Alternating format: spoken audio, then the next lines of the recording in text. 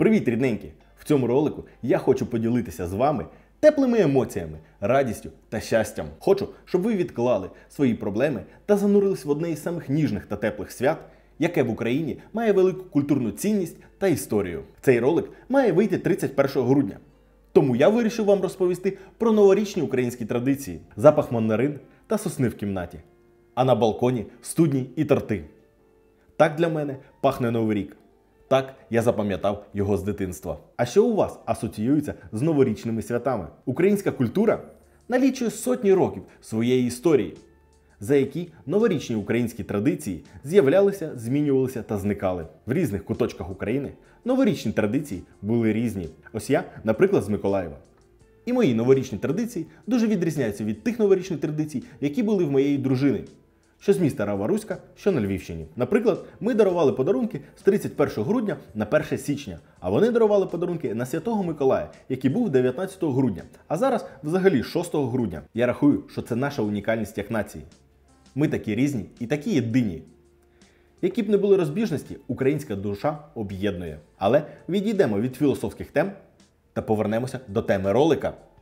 Тому, якщо ви готові, сідайте зручніше, беріть виделку, та ми потопали по українським новорічним традиціям, рідненькі. Почати я хочу з сивої давнини.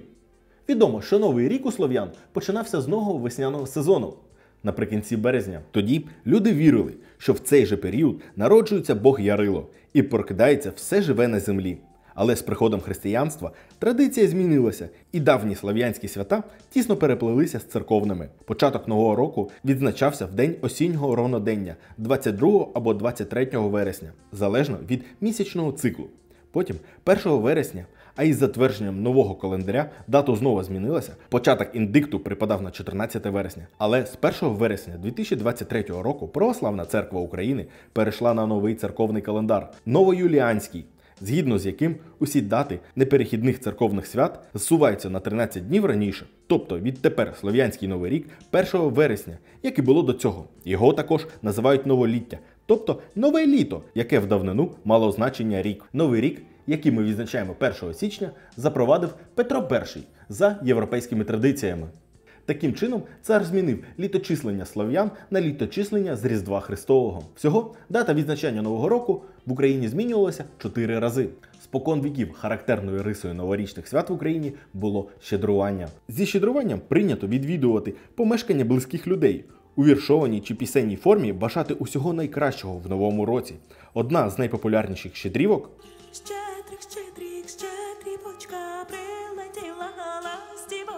в знак вдячності щедрувальників обдарували яблуками, горіхами, солодощами, дрібними грішми. Все це відбувалося на вечір напередодні Нового року, який називали щедрим. Через те, що він був надзвичайно багатим та різноманітним, м'ясне, куття, ковбаси, холодець, смачні вареники та низка інших традиційних страв.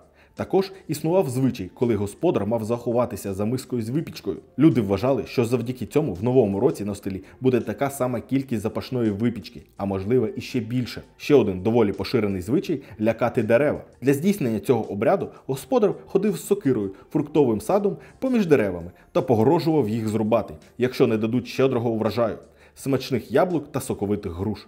Також напередодні Нового року серед дівчат були дуже поширені ворожіння на долю, а також і на судженого. До переходу на новий стиль щедрувати ходили 13 січня на Новий рік. У багатьох українських сім'ях на Старий Новий рік вже традиційно заведено подавати до столу вареники. Однак небагато знають, що у такий спосіб наші предки розважалися, бо вареники завжди були приготовлені з сюрпризом.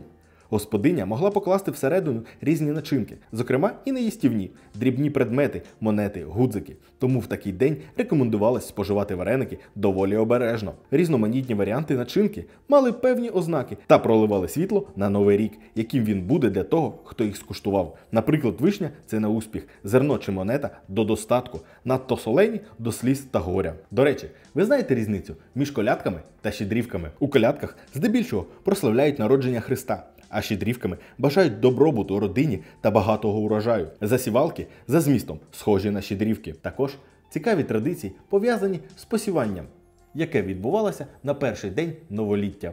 Цей ритуал також родом з часів, коли новорічне торжество припадало на весну. За традицією, парубки відвідували рідних, посівали їхні помешкання зерном з віршованими побажаннями. Цей ритуал символізував весняне засівання поля і сприймався як побажання врожаю, достатку. А ще українці святкували Різдво.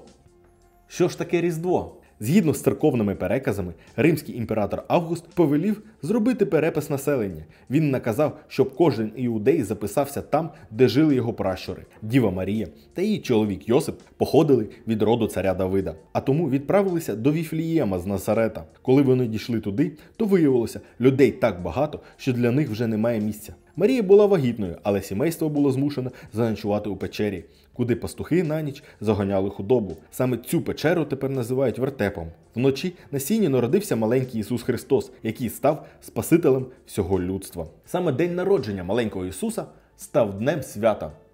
В Україні є багато традицій, пов'язаних з цим днем. Ось, наприклад, перед Різдвом починається один з найтриваліших у році постів – Різдвяний піст. Він триває 40 днів і необхідний, щоб очистити душу і тіло перед Різдвом Христовим.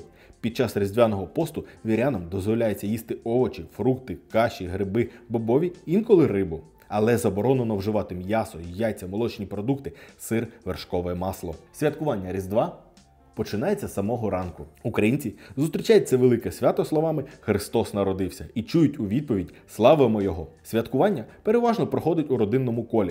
Святковий стіл завжди щедрий. Цього дня прийнято згадувати покійників, родичів та друзів.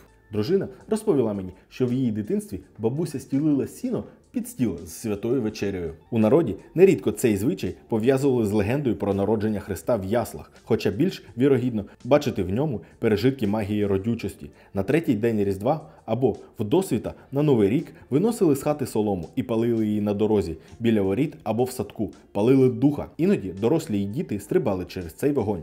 Скрученою різдвяною соломою могли обв'язувати плодородні дерева, щоб наступного року був кращий урожай. Також особливістю їх святкового стола в цей день був часник, який кладуть на 4 кути столу під скатертину, щоб відігнати від родини і хати злих духів. Сіль, без неї не можна відчувати повноту смаку страви. Сіль вказує на внутрішню суть людини.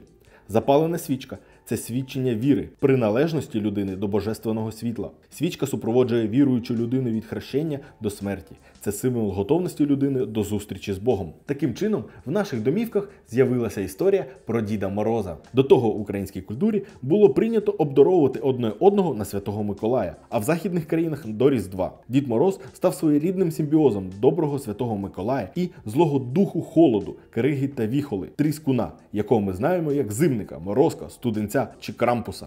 Крампус супроводжує Святого Миколая, караючи неслухняних дітей і лякаючи їх. Тим самим він діє на противагу Святому Миколаю, який роздає подарунки добрим дітям. В наш час дорослі переодягаються в синій чи червоний плащ та таку ж шапку, причепляють довгу білу бороду і в образі Діда Мороза вручають подарунки й малечі, розважають гостей на новорічні свята. До речі, ви знали, що Санта-Клаус – це наш Святий Миколай. Святий Миколай став прообразом різдвяного Санта-Клауса. У 19 сторіччі постать Миколая Чудотворця перестала асоціюватися зі святим. Голландські колоністи, заснувавши в Америці Новий Амстердам, Нью-Йорк, завезли на континент традицію дарувати дітям на Миколая та на Різдво подарунки. Святого Миколая голландці називали Сінтаклас, який згодом в англійському звучанні став Санта-Клаусом. Також традиція наряжати новогодню ялинку не наша, а перейнята. Та зародилася в 19 столітті і була запозичена з Німеччини. Тривалий час ялинку і називали «німецьке дерево». Спершу звичай був поширений тільки серед найзаможніших містян. Масового розповсюдження святкування Нового року в Україні з ялинкою